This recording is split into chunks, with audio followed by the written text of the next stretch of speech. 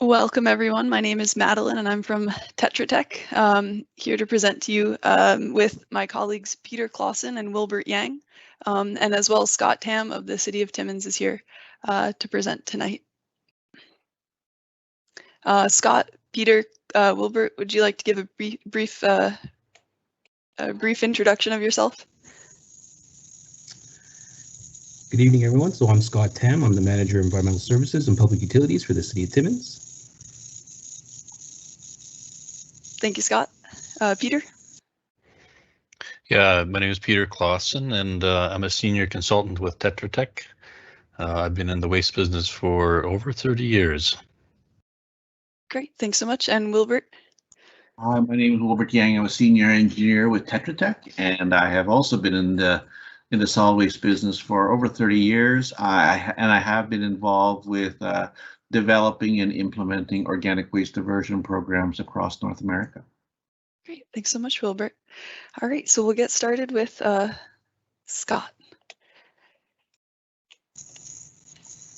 All right, then. So the City of Timmins is committed to improving our sustainability culture within the community and within its organization itself. So one of our mandates is to increase communication and engagement. We want to improve the culture of sustainability, increase the awareness, integrate sustainability in decision making, and improve resiliency and reduce vulnerability to climate change. We also want to create and improve the culture and conservation and reduction. So as you can see in our graphic, we've developed the 4 pillars of sustainability within our business operations, and we just want to visually display how it all links together and how we're not operating in silos anymore, and everything does tie together and improve on the culture and the sustainability practices within the community. Next slide.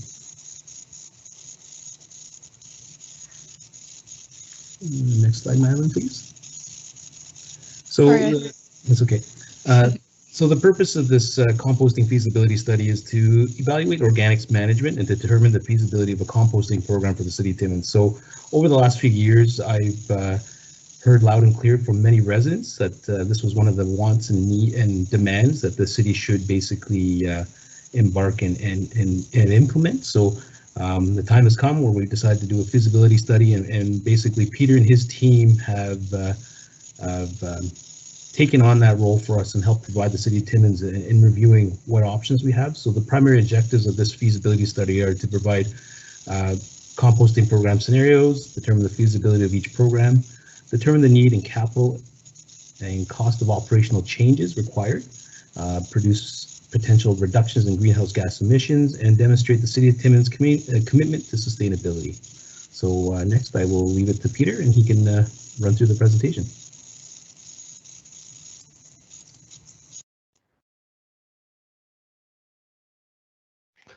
All right, and here we go.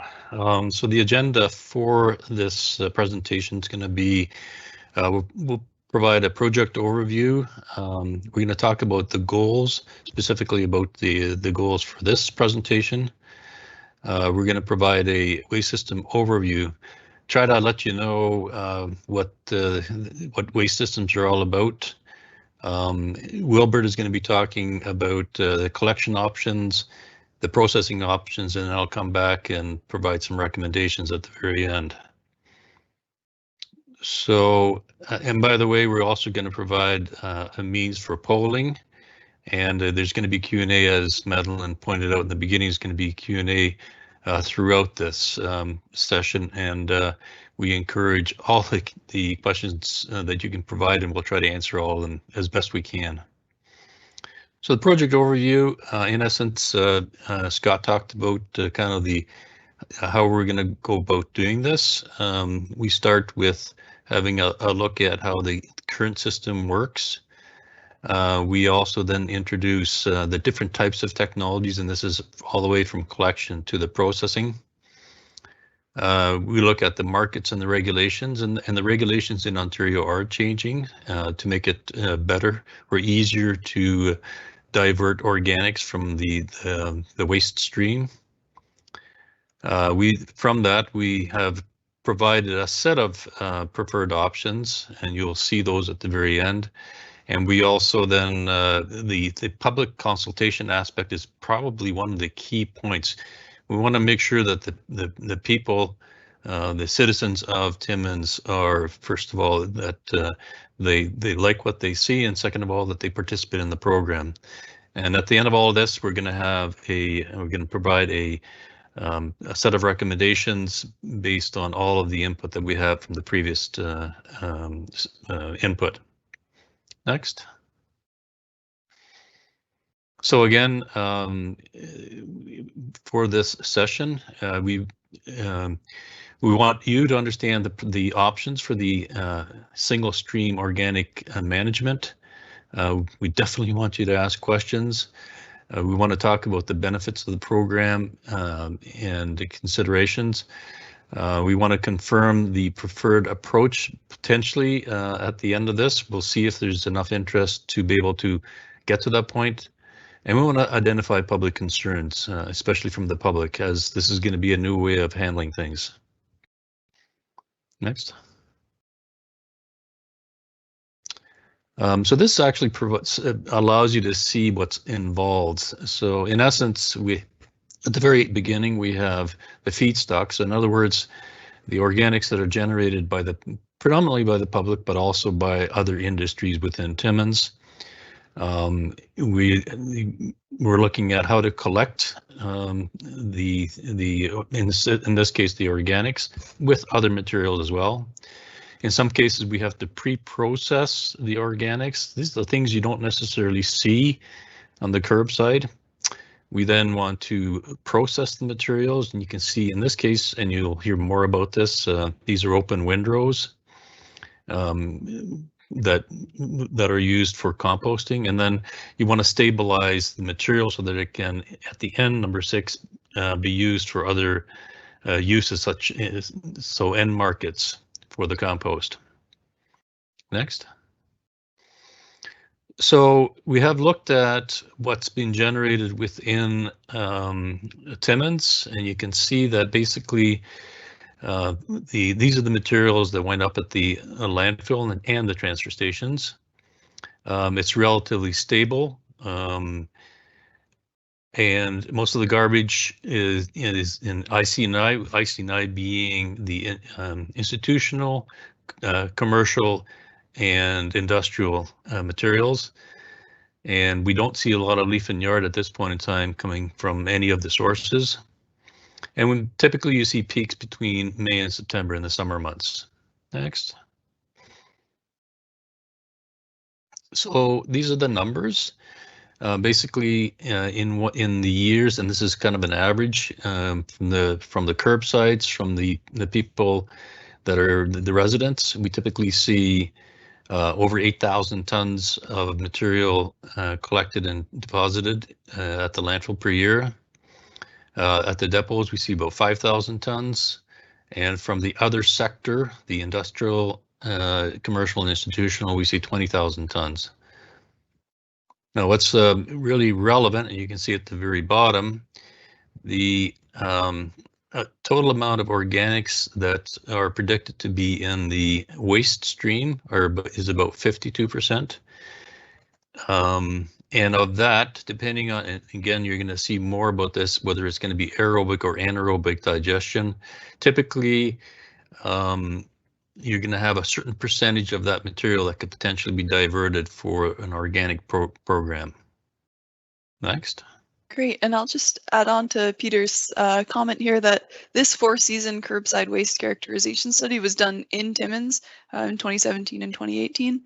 So these categories are some of the criteria that were analyzed in the waste characterization study, but the numbers here are Timmins specific. They're what you produce, and these are the predicted organics that we can retrieve from the garbage, both in the average weekly and in the summer months.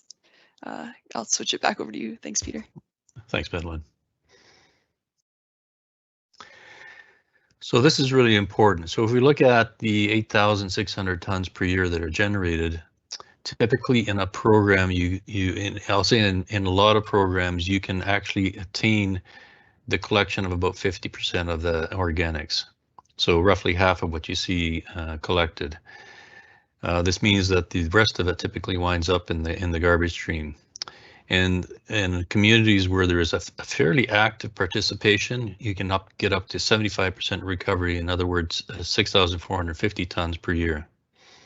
We're also looking at the potential for adding wastewater sludge to the waste stream for processing, and we'll talk more about that later. But it would typically only be for the anaerobic processing. So what are the benefits of organic diversion program? So Scott talked about it a little bit in the beginning, but this is kind of a general assessment of why this is a good thing to do.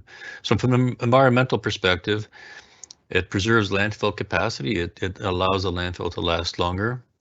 It does reduce greenhouse gas emissions because you're taking away the ability for the organic materials to decompose and turn into methane, and it promotes a circular economy. From a social perspective, first of all, you need the public support. A program like this will create more jobs, and there is a potential that the product that comes out of it can be valuable and used. And economically, we're looking at the cost. So the cost, depending on what the initiatives are, can be quite effective, and it's also easy to implement. So the city drivers, and again, Scott talked about this a little bit. Timmins wants to reduce the greenhouse gas emissions, which can come from a landfill. Timmins wants to transition to a low carbon future. The town, or I should say the team, the Timmins team wants to reduce waste, recover resources, increase the life of the landfill, like we talked about. The team would like to be the environmental leader in the region, meet provincial goals, and the goals are getting more and more, I'll call it strict. Timmins wants to create jobs out of this and to use the existing infrastructure as much as possible. Provincial drivers are that the organic diversion is fundamental to achieving a circular economy. They want to reduce the amount of food waste that winds up in a landfill, and that can be done in different ways, but certainly processing is one of them. They want to view waste as a resource, and they want to reduce the end-of-life materials as much as possible. So what are the other communities doing in the north? And this gives you a perspective. Basically, if you're looking at Sudbury, Sudbury is the only one that does collect and process organics currently. And they collect leaf and yard waste every other week. And they have also the garbage collection every other week. Thunder Bay, Sault Ste. Marie, and North Bay basically don't have any organic collection at this point in time. That may change. They do have some forms of leaf and yard waste collection, and we don't have information on the collection, but I believe it's every week in each of these communities. Next. So one of the aspects that we know is important for Timmins is you have a lot of wildlife in the area. Some of the wildlife may be very interested in what's in your garbage stream or in the organic stream. We know that there can potentially be a problem with black bears.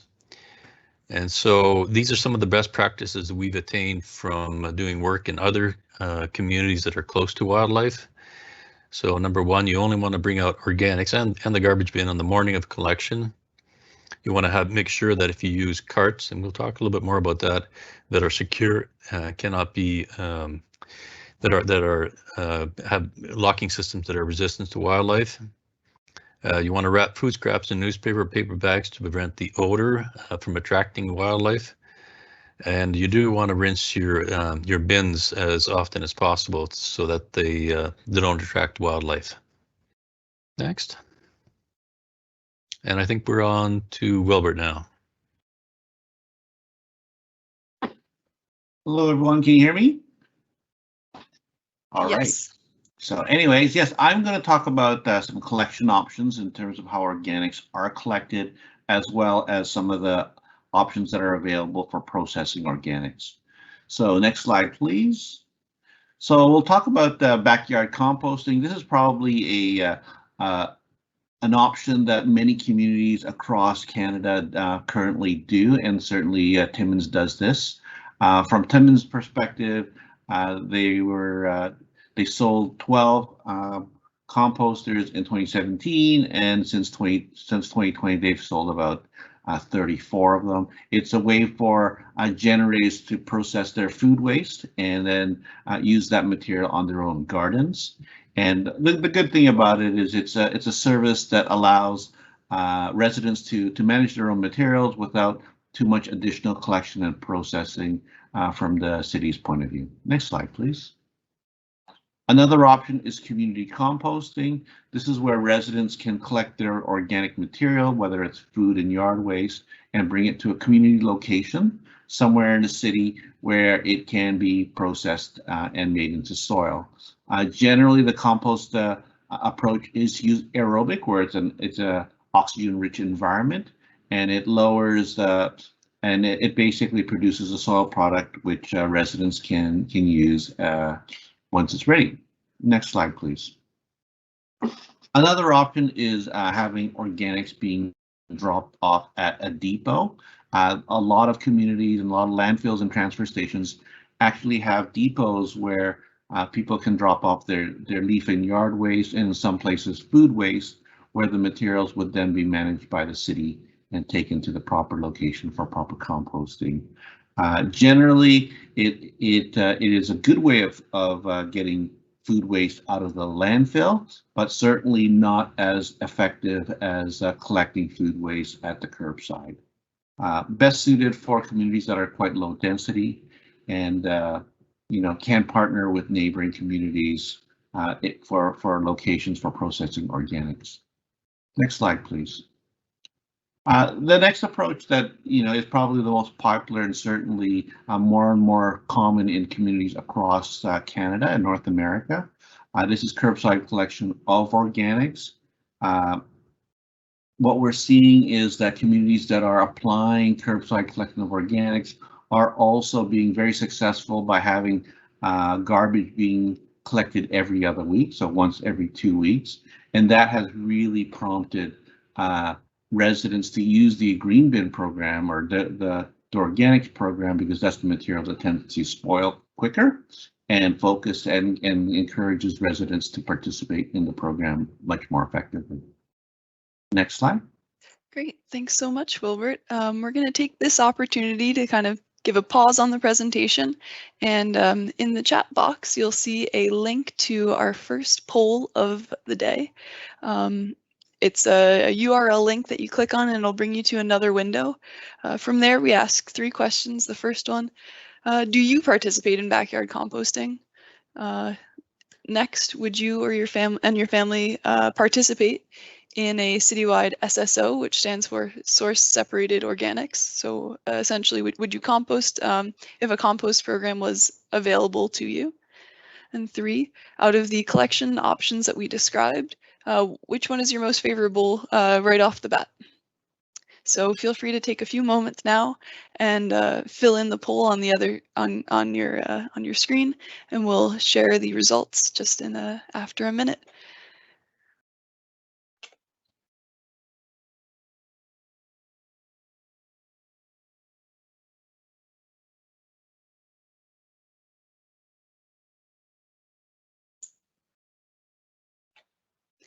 I'll also use this moment to remind you that there is a Q&A box. So if any questions pop up while you're listening, please feel free to type them in and let us know what your thoughts are.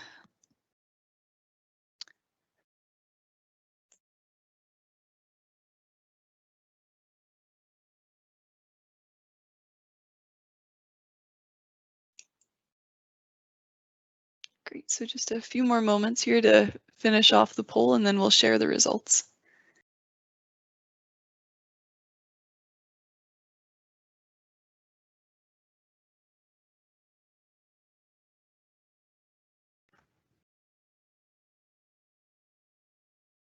So Emil, would you like to show us the results of the polls?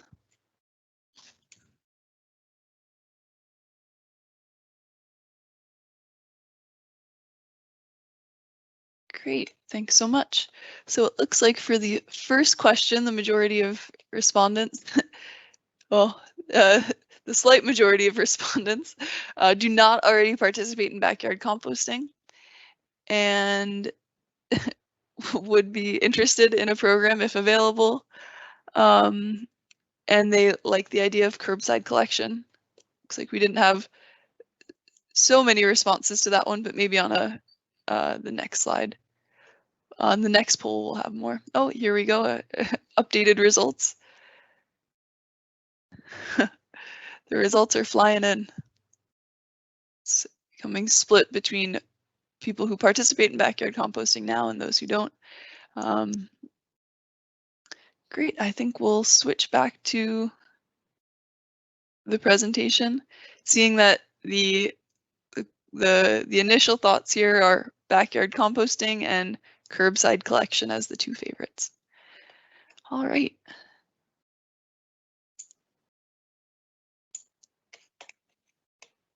So back to the presentation here. We'll just ask all the participants here to use that Q&A function on the side of your screen. It looks like a question mark with another chat bubble behind it. And is just a quick open-ended question. Is there anything else that you'd like to ask us about what you heard about the collection options? We'll allow a minute or so to formulate a question, but feel free to just jump in at any time with questions, comments throughout the presentation.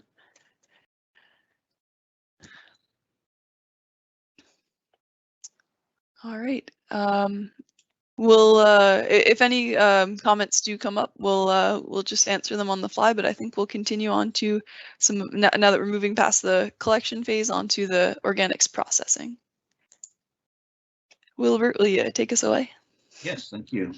All right, so we looked at a number of different processing technologies for organics, and you know, they basically all do the same thing in terms of they help control the decomposition of the organic materials so that it eventually becomes a substance that can be used for soil as a soil replacement. So we looked at technologies such as windrow composting, aerated static piles that are basically getting air inside from underneath to help with the decomposition process.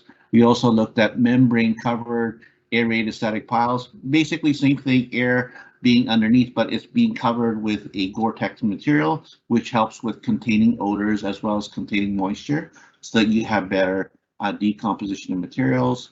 We also looked at in-vessel composting, where all the composting is done inside a building to help with controlling odors and the environment, as well as anaerobic digestion and co-digestion of the organic material so that it can recover any kind of biogas that might generate from the material.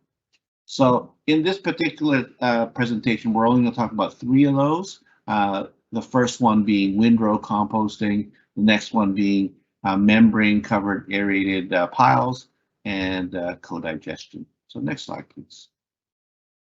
So in terms of windrow, turn windrow or turn piles, basically it's a system where the organic matter received are basically ground up and mixed into a material so that it can be placed on long windrows and the material can slowly decompose into piles. This is probably the most common approach in terms of composting organic material.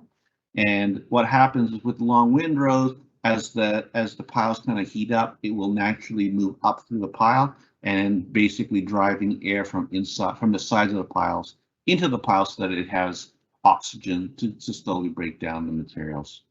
It's well suited for composting food waste and yard waste, but certainly because it's out in the open, there's less control in terms of managing odors. Next slide, please. The next option is a membrane covered static pile system. This system has a Gore-Tex cover, basically like a Gore-Tex jacket over the compost pile. And of course, it also has aeration underneath, so it has air being blown from under the pile. And what that does is it creates the perfect environment for bacteria to break down the organic material. And because you have the cover over top, it also contains the moisture and contains the odors within the pile, so that it breaks things down without impacting the receiving environment. And what we've seen is most of these processes generally take about 8 weeks to process. And once the material is finished processing for about 8 weeks, it can be set aside, stabilized, and then can be sold as soil material to the general public or any other organization. Next slide, please. Back one. We're good here on, oh, sorry, Wilbert. So next one is anaerobic digestion, and there are several types of anaerobic digestion. There's a wet anaerobic digestion process and a dry anaerobic digestion. Really, the big difference is that there's a little bit more water in one or the other. But generally speaking, it is still a biological decomposition process, but it doesn't have any oxygen in it. You're not pushing air into it. And by doing that, what happens is you have microorganisms that break down the organic compounds, and instead of just producing CO2, it's also producing methane. So similar to a landfill, the organic material in the landfill will decompose without the presence of oxygen, and you get landfill gas, which is a large contributor of greenhouse gases to the environment. So what's good is you're producing biogas, which is a combination of methane and carbon dioxide. And as that material is collected, it can be used for a lot of different applications. It can be burned and in an engine to create electricity. It can be cleaned up and made into a renewable natural gas, which could be used, for heating homes or used for fueling vehicles. And at the same time, at the end of the process, you finish the organic material with the composting process and produce a soil-rich material similar to composting. Next slide, please. And the last approach is co-digestion. This is where organic materials that are collected are basically prepared and then used in a wastewater treatment digestion process. And this material, because of its organic compounds in there, helps with generating more gas in the digesters, which can then be utilized, whether it's for electricity generation or for renewable natural gas. Next slide, please.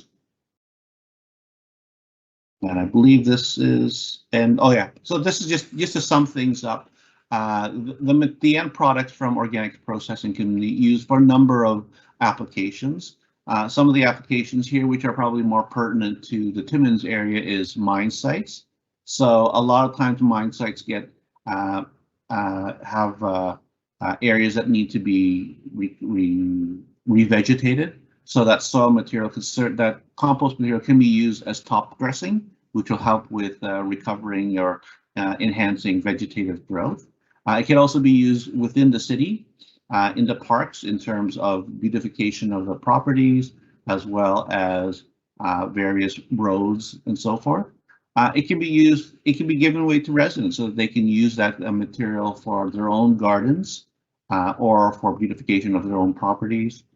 In a lot of places, it's used in the agricultural sector to improve the organic matter content in the soil. And it can also be used for landfill daily cover in terms of putting a cover and being able to grow vegetation on top of the landfill. And then if the city does want to go with anaerobic digestion or co-digestion, there is renewable natural gas that can also be generated as a potential product for the material. Next slide. And I will pass it on to Peter in terms of talking about some of the strategies going to be discussed as part of the study.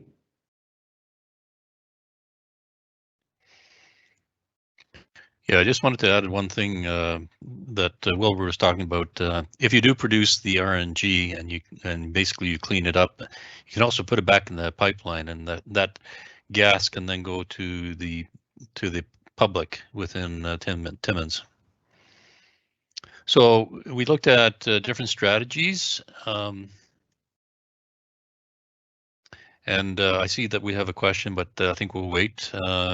And keep those questions coming, please. So basically, our strategy number one is to look at aerobic composting with the turn windrow. The collection would probably be done by the city. The target would be organics generated from the curbside, so the organics that are deposited in the curbside. As we talked about, it would be a turn windrow type of a process. The facility requirement. So where would you actually do this activity? Basically, you're looking at what happens at that location. So you would receive the material, you would pre-process it, you might shred it, you might screen it. You would have a pad, and you can see the picture on your right, I hope. So the pad is basically ground level. It might be asphalt or concrete pad. You would have a device, as you can see here, which turns over the material on a fairly regular basis. And you're looking at about 6 months for the processing to generate a product that's going to be usable. And in this case, as Wilbur talked about, you have a marketable compost that's quite useful.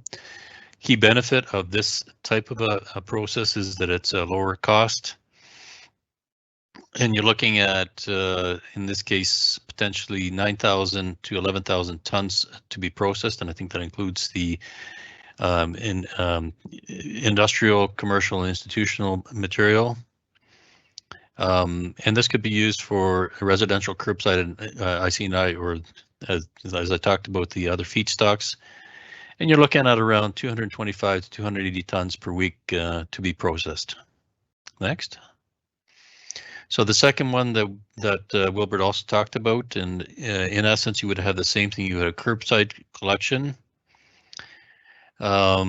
And you have, you would be looking at targeting, again, the curbside organics. You'd be looking at what Wilbur talked about was membrane covered aerated static pile, and you can see a picture of what it would look like from the air. All the material is covered up. Same as the option or strategy number one, you would have pre-processing required, most likely in the building because of the winter predominantly. Again, you would have a paved surface of some type for the piles, similar to the open windrow. And you would have blowers underneath so that you are introducing air because you're not going to be turning the material over. You have the membrane that, again, that Wilbur talked about. You would have support walls around the structure so that it's contained within the membrane.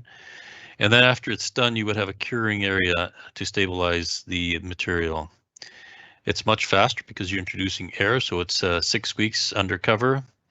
And then the curing is typically another, let's say, about a month after that. And again, same thing as the strategy number one, you would have a marketable compost. The key about using membranes is odor control and also leachate management. So in other words, when it rains, you want to make sure you collect that liquid that comes off, and you want to treat it properly. In other words, it can go to a wastewater treatment plant. Next. Great. Just to let everybody know, we see some questions coming in. We'll answer those at the next poll break. So just in a few slides here. Sorry, Peter, continue on. Yeah, just I guess we want to talk a little bit. There is more equipment required for a membrane. Again, you need loaders and grinders, screeners that I talked about. You want to have airlift separators. You want to make sure that the air is evenly distributed throughout the material. And of course you need blowers and pumps for the air that goes in and the liquid that comes out. So the capacity assessment, I think it's going to be very, very similar to the open windrows. You're looking at 6,000 to 8,000 tons per year, peak week of 150 to 200 tons per week. So the last option is co-digestion. We are seeing more and more applications of co-digestion. I think we're going to give an option here to, that this is a very viable option. The collection means, again, are going to be the city service, curbside collection. Again, we're going to be looking at a slightly smaller group of materials. One of the materials that it is not as attractive for co-digestion is leaf and yard waste. So you're primarily looking at the primary food waste that's collected at the curbside. Facility requirements, you need to pre-process the material. You need to get rid of non-organic materials such as plastic bags and things like that.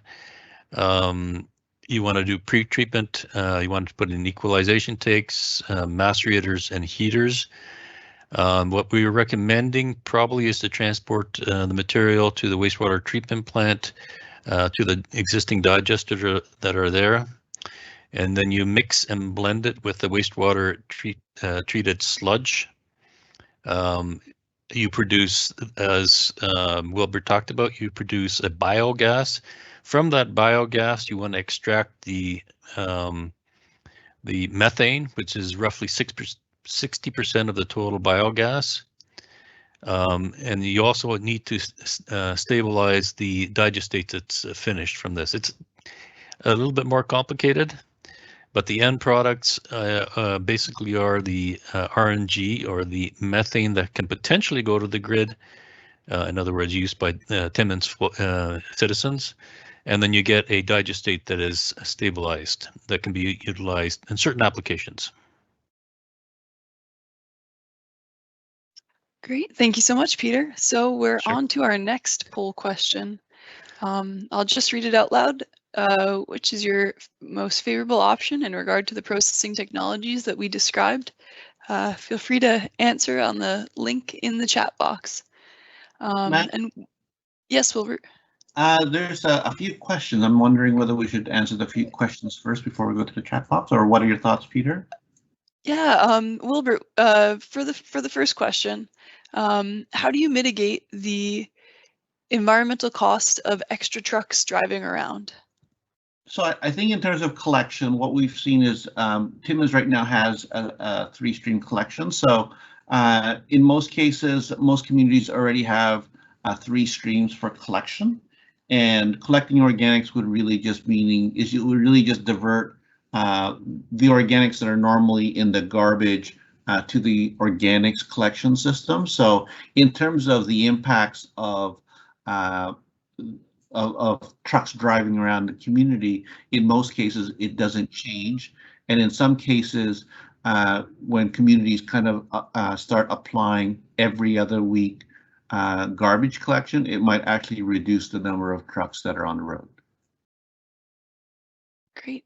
So Tim, if that answers your question, or if you have any follow-up questions, please feel free to just type them up in the chat box.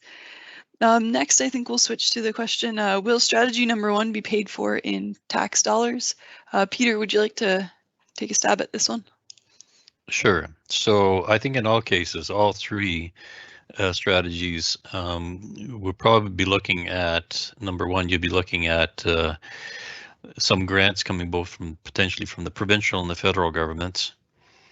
And then I think basically, if you look at the economics on the long term, when you do organics processing, you know, the key that you're really looking at is extending the life of the landfill. So it's you're avoiding spending money at the landfill in the long term. I don't know, maybe extend it by as much as I don't know, 5 to 10 years, which is very, very useful from a cost perspective. I think there's going to be, I think ultimately the provincial government is going to provide other incentives to make it competitive with, because their strategy is to increase the amount of organics that are not going to the landfill. I think you're going to see other incentives in there that are not going to be necessarily paid for by the taxpayer. Great, thanks, Peter. So another follow-up question on the same point. How do I opt out of strategy number 1? I compost and do not send any organics. Will I get a tax rebate? Peter, would you like to take this one? I think it's great if you do compost. Actually, we haven't really looked at this. I think that's probably a Scott question. If it turns out, as I said, that there's going to be virtually no impact on taxes, then this may not be as important a question to answer. But Scott, do you have any other thoughts? Unfortunately, like if individuals choose not to opt in and participate in the program, it's no different than all the other municipal programs we have on board, right? So it would be somewhat of a logistical nightmare to try to manage and organize who's in, who's out, and then the constant flipping back and forth kind of thing. But it is something we will take in consideration though and evaluate as we decide on what option does mature or even does get executed on. So. Yeah, if I might add, I've worked with a lot of communities across Canada, and this question has come up a few times. And I think what's important to consider is this is a program for the community, so it is about making sure that the population of the city is moving towards diverting organics from disposal, thereby reducing greenhouse gas impacts to the environment. And certainly. What this program also does is it expands the amount of organic material that can actually be diverted. So in some communities, a lot of residents have indicated that they also do backyard composting, but at the same time, the organics program helps with composting the other materials that are not normally backyard composted, like the meats and bones and so forth. So that is one of the key drivers that a lot of communities kind of implement in terms of diverting organics. Great, thanks so much, Wilbert. And just another follow-up question here. Will the strategy get 100% involvement with the IC&I sector? Should we start with the IC&I sector before getting the general public involved? So maybe Scott, Peter, Wilbert, any of you have? I can answer that. I've seen communities that have done both, where they've implemented for the ICI sector, and then I've seen a lot of communities that have implemented in the residential sector. I found that it's for municipalities, it's certainly easier to work with the residential sector because they control the collection from them and the services there. So that's usually a direction that most communities have done. Other communities that have focused on the ICI sector, it is about making sure that the businesses are willing to take on the additional services that are required for organics collection, and how do you get the collection companies to implement those services, as well as how do you enforce that the businesses are accepting and implementing those programs. Yeah, and I can add, it's Peter, I can add on a few things to there. The provincial government right now is looking at ways of increasing the amount of organics that are diverted from the IC&I stream. And so I think you're probably going to see within, I'm going to say 6 months to a year, you're going to see initiatives that are coming from the government that are going to push the IC&I sector to increase your organic diversion. So as Wilbert said, I think one of the key items is the fact that there are very few landfills up. There's very few options actually for the IC&I sector, and to a certain degree, the municipality has a certain degree of control to promote the IC&I sector from sending their organics into this process. And of course, the other part is they have to be willing to participate. It's really a good marketing strategy, I think, for the IC&I sector to say, I am diverting my organics. Thanks so much. Emil, would you post the poll link in the chat box for everybody to respond? And we'll set up a few minutes for that. At the same time, I'll just remind everybody to use the Q&A function to send in more questions or other comments that you have about what we're discussing today.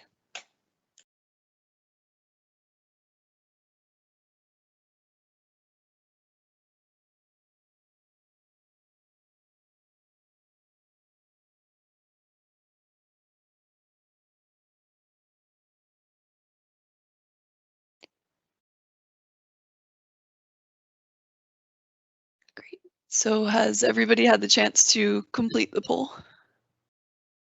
If so, maybe Emil will switch it over to you for the poll results.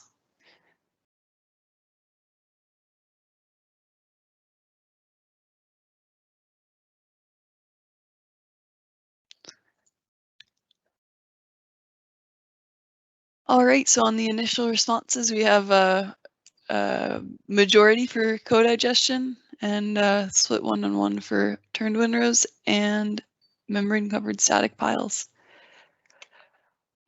All right, I think we'll continue on with the presentation here.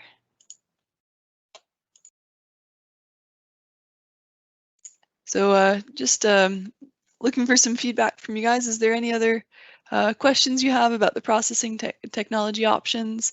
And, you know, at this point, do you have any other concerns about a citywide SSO or source separated organics program? Feel free to just use that button with the question mark to type it in and ask your question for the team. And while you go ahead with your questions, I'll invite Peter to talk on our recommendations for consideration. Sure. So we have done a fair amount of looking at the options. There's been a lot of discussion with the staff, the waste management staff at Timmins. Ultimately, we are going to recommend one aspect, but I'm going to give you some caveats on this as well. So basically the recommendations that we have are that we would highly recommend curbside organic collection that's available to all the citizens of Timmins, basically to collect both the yard debris, the leaf and yard debris, and the food waste generated by the public. As Wilbur talked about, we also recommend garbage be collected every other week. It promotes the diversion of organics, and it's been used in many communities throughout Canada and in some cases the United States. We would recommend, you haven't seen a lot of information on this, automated collection for garbage and organics. In other words, where you can have one truck, one driver, and basically the material is picked up and put into the truck. In this case, you can have both organics and garbage collected at the same time. There are such other aspects that can be promoted. We can you can offer pay as you throw. In other words, you promote the limitation of the amount of garbage you put out and promote the diversion of both organics and, in this case, blue box materials. And we, at this point in time, recommend that we, at the very outset of the program, that we go towards a windrow composting program that would be potentially located at the existing landfill. So this is just a little bit more detail on it, on these recommendations. We would also like to promote the testing of collection of food scraps and yard waste, and i.e. do we have co-mingled organics. If we go with the anaerobic process, then you probably want to have them collected separately. But you would still be using, at the end of the day, you would be using the landfill windrow system. Number one, to process the leaf and yard waste and the material that is deposited, the material that is generated from an anaerobic process. We also are recommending a pilot process where you introduce the collection of organics in certain neighborhoods. You sort of get an idea of how the process is going to work and how interested the people are for manual collection methods. And I think that's it. Next. As we talked about, we highly recommend every other week garbage collection. It is a norm that is coming in from 3-stream collection programs typically. It's slightly complicated because recycling is going to be handled potentially different in the future, and Scott, maybe you can talk about potentially what's coming down the stream for recycling. In this case, it reduces the amount of garbage that's generated, which is really one of the key goals for diverting organics, and it increases the quantity of organics that can be captured, potentially captured. And I think we'll go with that.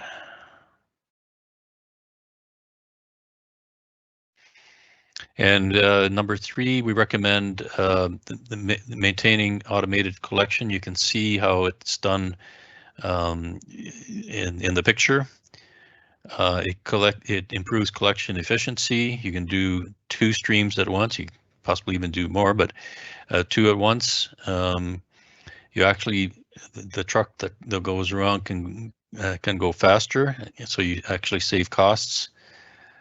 You have a fairly significant load capacity based on these trucks. You definitely have an improved amount of safety because, in essence, the drivers never get out of the truck unless there's an issue. And so they don't have to bend over and deposit the material within the truck. And carts are extremely, go ahead, Madeline. They're very effective for containing the material, and you can also size it for the different public. So in a large family, you might want to have a large bin, and for a smaller family, you might want to have a small bin. And typically, communities offer 3 to 4 different choices for the bin sizes. Next. So we do definitely recommend windrow, and I gave some thoughts about why windrow should be implemented. It's because, number 1, it can be implemented fairly quickly. It's a low-cost alternative, and it can take care of the organics that are collected fairly immediately in the community. It can then, in the future, if we are able to bring in anaerobic or co-digestion, it can be used to stabilize the material so that it can be used. And based on the fact that there's a fair amount of space at the landfill, we think that it's an ideal location to do this processing and produce a good product that can be used in the future. Next.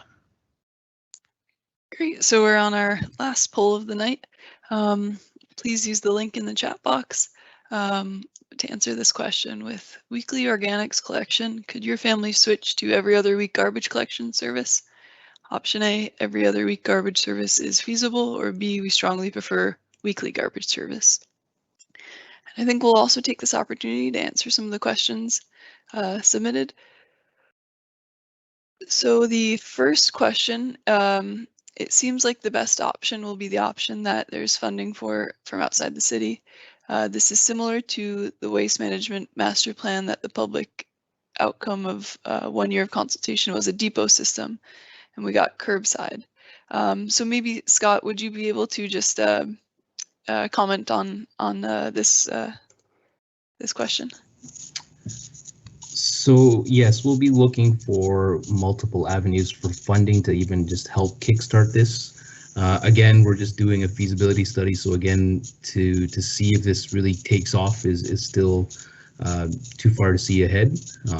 We'll do our best to try to minimize as best we can for the taxpayers and for the community, and just to make sure that it rolls out effectively and be efficient with what we do. Previous to what Peter was mentioning, also there will be changes to the program as there's been legislation passed to where producers are taking care of their own recycling material. So there will be some slight changes moving forward on the program itself, but again, we're not seeing that till at least 2025. So there always will be changes to the program and how things go. So again, I didn't really answer the question as well, but it just kind of touch base on some of it. With there's still a lot of hypotheticals still out there, so it's hard to really narrow down the permanent solution moving forward at this moment. Great. So another question came in. How much RNG would co-digestion potentially generate in terms of numbers of household at the annual use rate? So I'll just mention that there's a separate feasibility study right now specifically geared towards co-digestion. And I think that The specifics will be able to be will come out at the end of the co-digestion feasibility study. But if you have any other comments, Peter, Wilbert, or Scott, feel free to just jump in on that one. Yeah, I can't see exactly the number. I don't know if, sorry, Zach, I'm gonna tap into you. Do you remember what the number was? Unfortunately, I don't have that number handy. But it can be quite significant. And I also want to mention, sort of to promote RNG use. Right now, a lot of the utilities throughout Canada and one or two in the US, they have a mandate to have more RNG within their gas stream. As a result of that, the value of the RNG that's generated, and if you put it in the pipeline, can be as high as, let's say, 4 times the actual price of natural gas. So there's a lot of incentives to put RNG into the pipeline, and it makes it more economically viable to have that type of a program.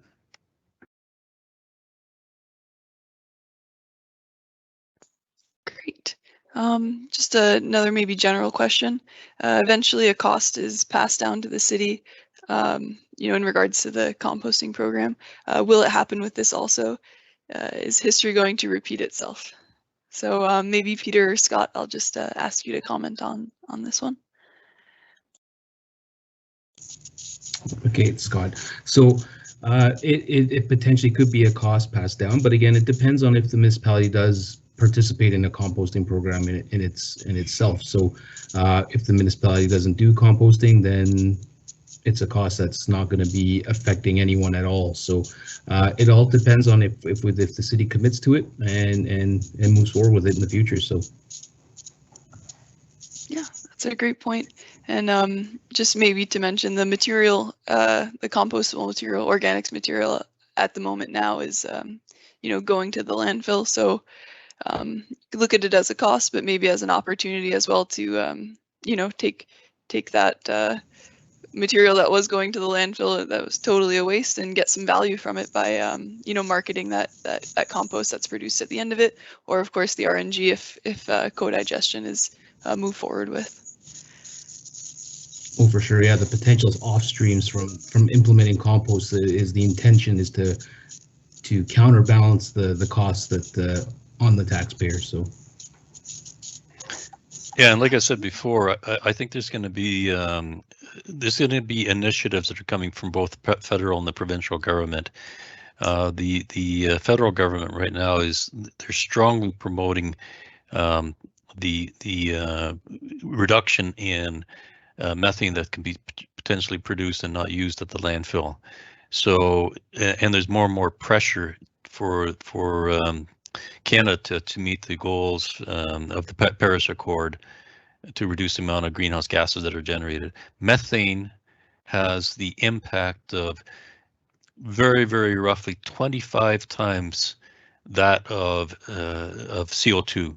In other words, if you emit 1 ton of if you emit 1 ton of CO2, and if you emit 1 ton of methane, it has 25 times the impact of that CO2. So you really want to reduce the amount of methane that's generated in a landfill. Yeah, that's a great point, Peter. Thanks for that. So just at this stage of the presentation, I'll maybe switch it back over to Emile for the poll results. I mentioned that we got one other comment where one of the attendees was very supportive of pay as you throw and asked if there's any way that they help promote it.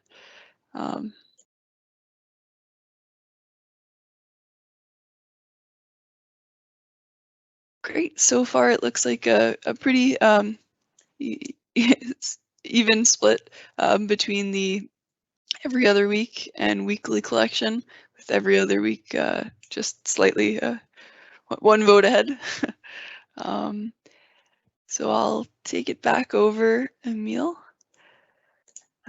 Share my screen and just close things up with just inviting you to ask any final questions.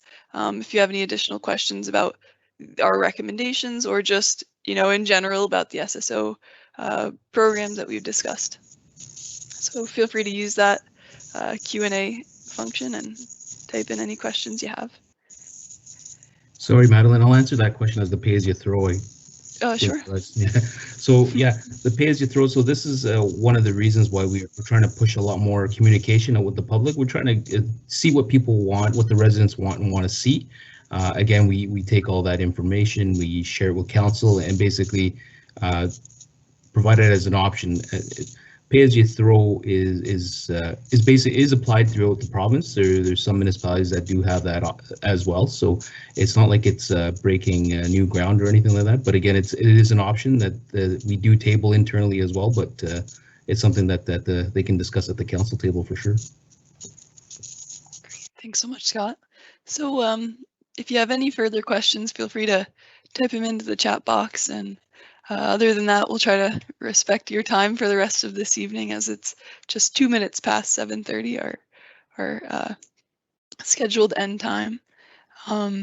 So if you had another point that you wanted to ask, feel free to just reach out to the teams directly. So environmental.services@timmins.ca. You'll get Scott and Christina ready to answer your questions, or if you want to reach out to the Tetra Tech team with anything that was presented, feel free to use the email peter.clausen@tetratech.com. And we look forward to hearing any other comments or concerns or questions that you and your other community members have. Thank you to all the presenters today, and thank you to everybody that listened into the public open house today. We hope you have a very nice rest of your evening, and thanks for your time.